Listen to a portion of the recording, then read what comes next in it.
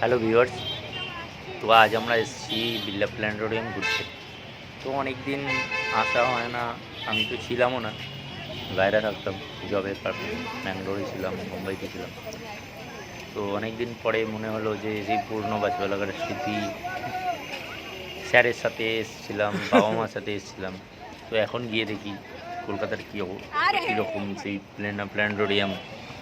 আরও এখন তো ডেভেলপ হয়ে গেছে কলকাতা। তো এসে দেখছি সেই পুরনো রাস্তা অনেক কিছু ডেভেলপ। তো তো ডেভেলপ কলকাতায় আবার নতুন করে ঘুরতে, সেই পুরনো দিনের স্মৃতি কি ভালো কথা বলে মন্থন করতে আজ এসেছি।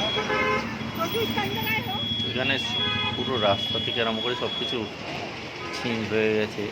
চেঞ্জ মানে রাস্তা তো একই আছে, কিন্তু ডেভেলপ, ওয়েল ডেভেলপ।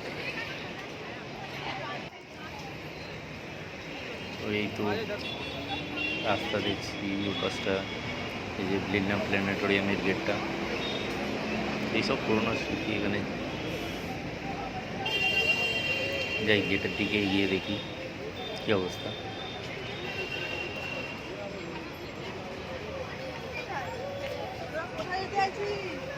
প্রচুর ভিড়ও হয়েছে,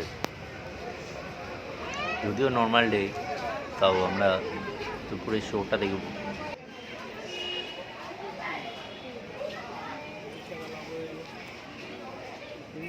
বাইরে প্রচুর দোকানও আছে দেখছি।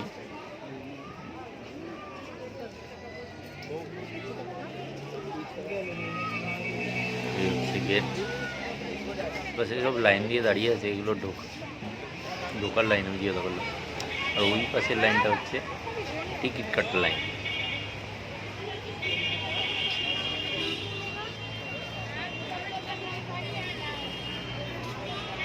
আমি ভেবেছিলাম যে ইংলিশে বা হিন্দি শোটা দেখব, স্টিল হয়তো বাংলা শোটাই দেখবো আমরা। এই বাচ্চাবেলায় এসেছিলাম, দেখা হয়েছিল। এখানে চার্টও দিয়ে দিয়েছে যে কখন কোন টাইমে কী কী আছে, এই যে চার্ট দেওয়া, প্রেজেন্ট শো টাইম, কটায় কটায় শো, সেগুলোও দেওয়া আছে।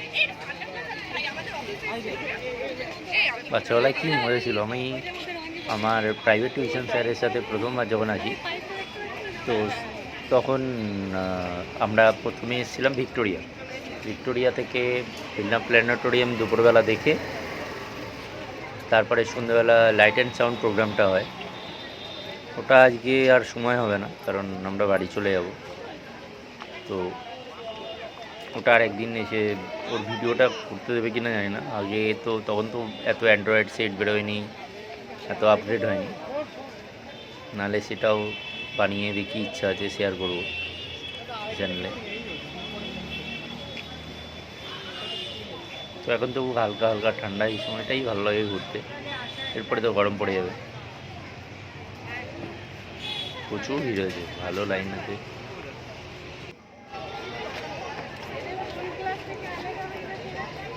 এই যে আমার ম্যাডাম দাঁড়িয়ে,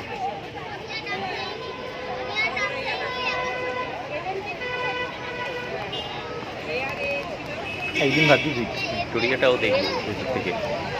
তখন আমরা যখন মানে আমি যখন কলকাতায় ছিলাম, 2009, 10, 9, 8, সেই সময় তখন তো কাজ হচ্ছিলো, বন্ধ থাকতো। তারপরে আমি তো ব্যাঙ্গালোর চলে যাই, ওখান থেকে আবার মুম্বাইতে মুভ হই, অ্যাব্রোড যাই।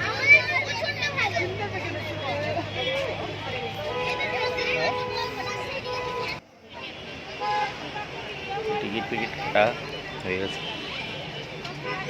শো শুরু হলে আমাদের ঢুকিয়ে দেবে, ওইটাই ভেতরে ঢুকি, শো শুরু হবে।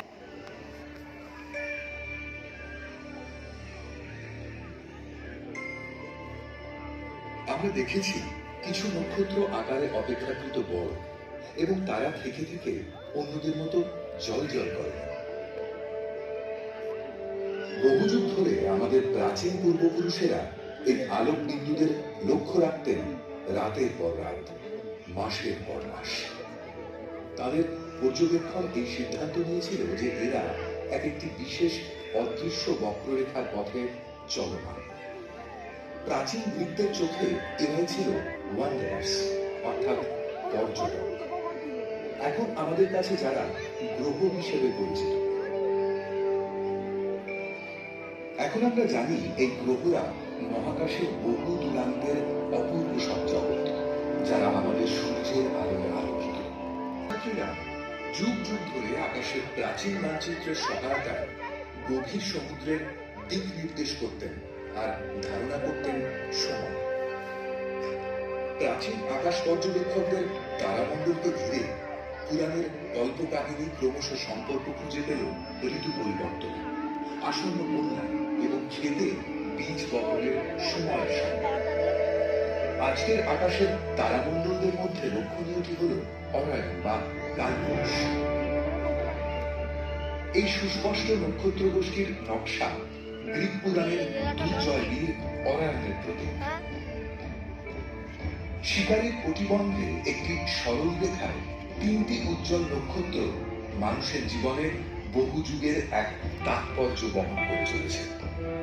আজকের আকাশের অন্যান্য তারামণ্ডলগুলো হল আরসা মেজর বা গ্রেট বিয়ার, ভারতবর্ষে যাকে আমরা সপ্তর্ষি মণ্ডল বলে থাকি,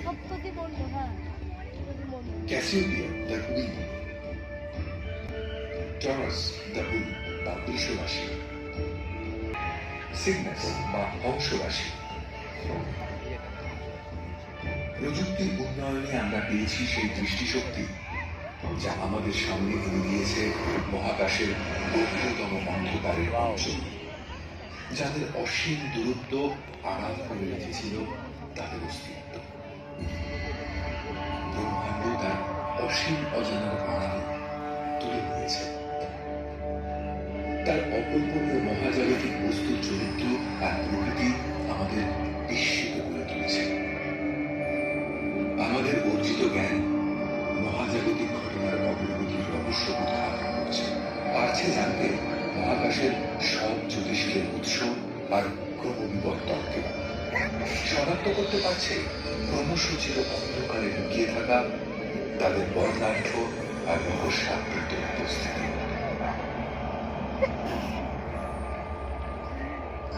এবার আমরা মহাকাশের কিছু বিশাল, বিস্ময়কর ও বর্ণাঢ্য ঘটনার সাক্ষী হতে চলেছে। মহাকাশে আমাদের চেনা অনেক বস্তুর সৃষ্টির মূলে কাজ করছে ভয়াবহ মহাজাগতিক সংঘর্ষ। আর সেই সৃষ্টির গল্প এখন উপস্থিত করছে দ্য কসমিক ম্যাজিশিয়ানস।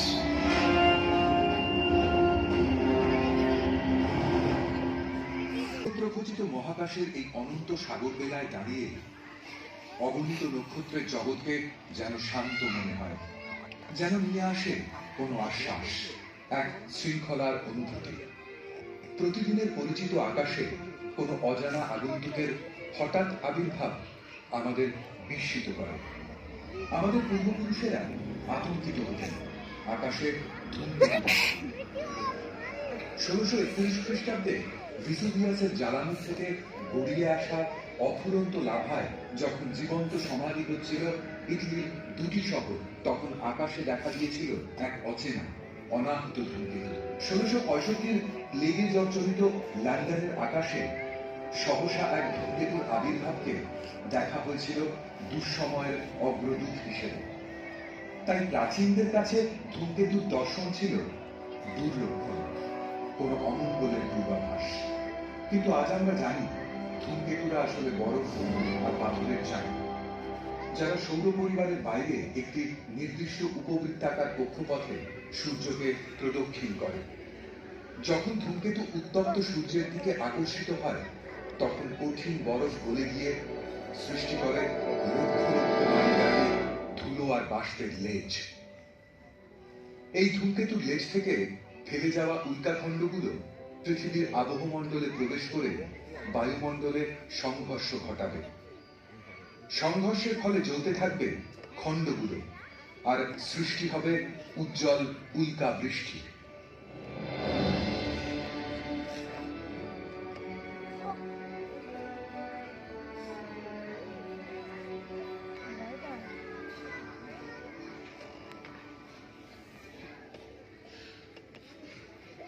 এই বিপুল ব্রহ্মাণ্ডের এক অতি ক্ষুদ্র সদস্য এই পৃথিবী, যার সবকিছুর পরিবর্তন ঘটে চলেছে দ্রুত গতিতে।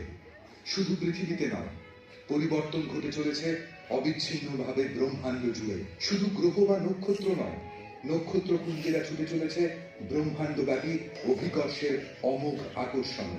একসময় তারা সংঘাতেও লিপ্ত হতে পারে।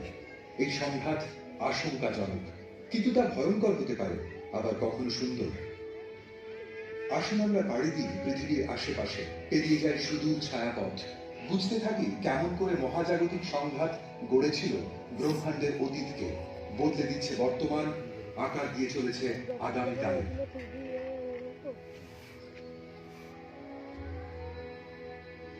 চাঁদের জন্ম রহস্য নিয়েছিল অনেক তত্ত্ব। সাম্প্রতিককালে বিজ্ঞানীরা নিয়ে এলেন নতুন একটি। আসুন আমরা পিছিয়ে যাই সময়ের পথ ধরে 450 কোটি বছর অতীতে, দেখতে কি ঘটেছিল সেই সময়।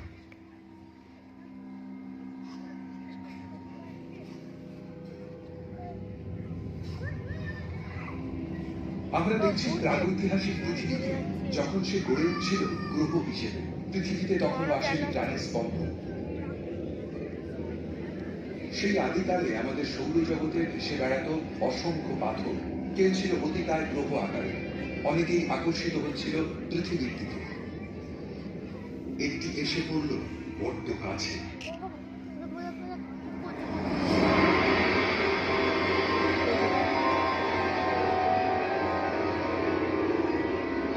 ঘটল এক প্রচন্ড সংঘর্ষ। পৃথিবীর একাংশ উৎক্ষিপ্ত হল, মহাকাশে ছড়িয়ে পড়ল ধ্বংসাবশেষের গলন্ত পাথর। কিছু পাথর ফিরে এলো বিধ্বস্ত পৃথিবীতে।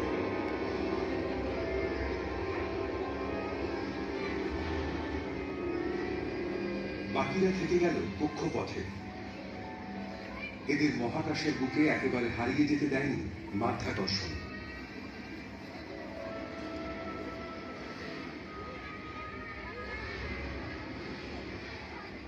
পৃথিবীকে কেন্দ্র করে ঘূর্ণায়মান অসংখ্য পাথর মাধ্যাকর্ষণের প্রভাবে পরস্পরের কাছে আসতে থাকলো। ঘটছিল আরো সংঘাত, আর গলন্ত পাথর মিলেমিশে সৃষ্টি করতে থাকলো আরো বড় পিণ্ড।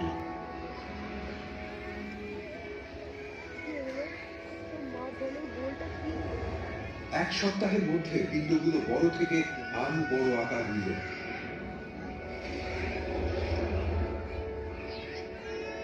গ্যালাক্সি।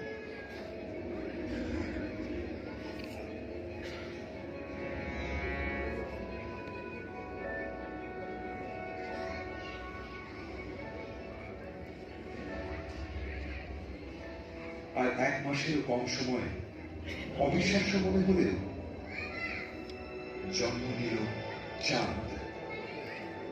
হ্যাঁ, এটা ঠিক, মাত্র 1 মাসে জন্ম নিয়েছিল আমাদের চাঁদ। এইভাবে জন্ম নিল আজকের চাঁদ। এটা ভাবতে অবাক লাগে যে রাতের আকাশের এই কল্পনারঙিন গোলক আসলে এক বিপুল সংঘর্ষের পরিণতি। কিন্তু এটাই সত্যি, সহস্র পদ্ধতির মধ্যে দিয়ে সংঘর্ষ পৃথিবীকে এনেছিল প্রাণ। সংঘর্ষের শক্তি ফেলিয়েছিল পৃথিবীর অক্ষ। এলো ঋতু বৈচিত্র্য, আর চাঁদের মাধ্যাকর্ষণে নদী আর সাগরে এলো জোয়ার ভাটা। তারপর থেকে আজ অনেক শান্ত হয়েছে সৌরজগৎ।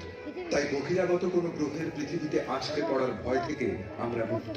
কিন্তু আরো অনেক সংঘর্ষ আমাদেরকে প্রভাবিত করেছে প্রতিদিন, প্রতিক্ষণে। তার কিছু গুরুত্বপূর্ণ সংঘর্ষ ঘটে চলেছে আমাদের সূর্যে। অবশ্য একথা ভাবার কোনো কারণ নেই যে পৃথিবী আর সূর্যের মধ্যে নিকট ভবিষ্যতে কোনো সংঘর্ষ ঘটতে চলেছে। পৃথিবীর কক্ষপথ বেশ স্থিতিশীল, এবং তার স্থিতিশীল থাকবে আরো বেশ কয়েক কোটি বছর। পৃথিবীর বুকে 5600 ডিগ্রি সেন্টিগ্রেড। সূর্যের বিপুল শক্তি অন্য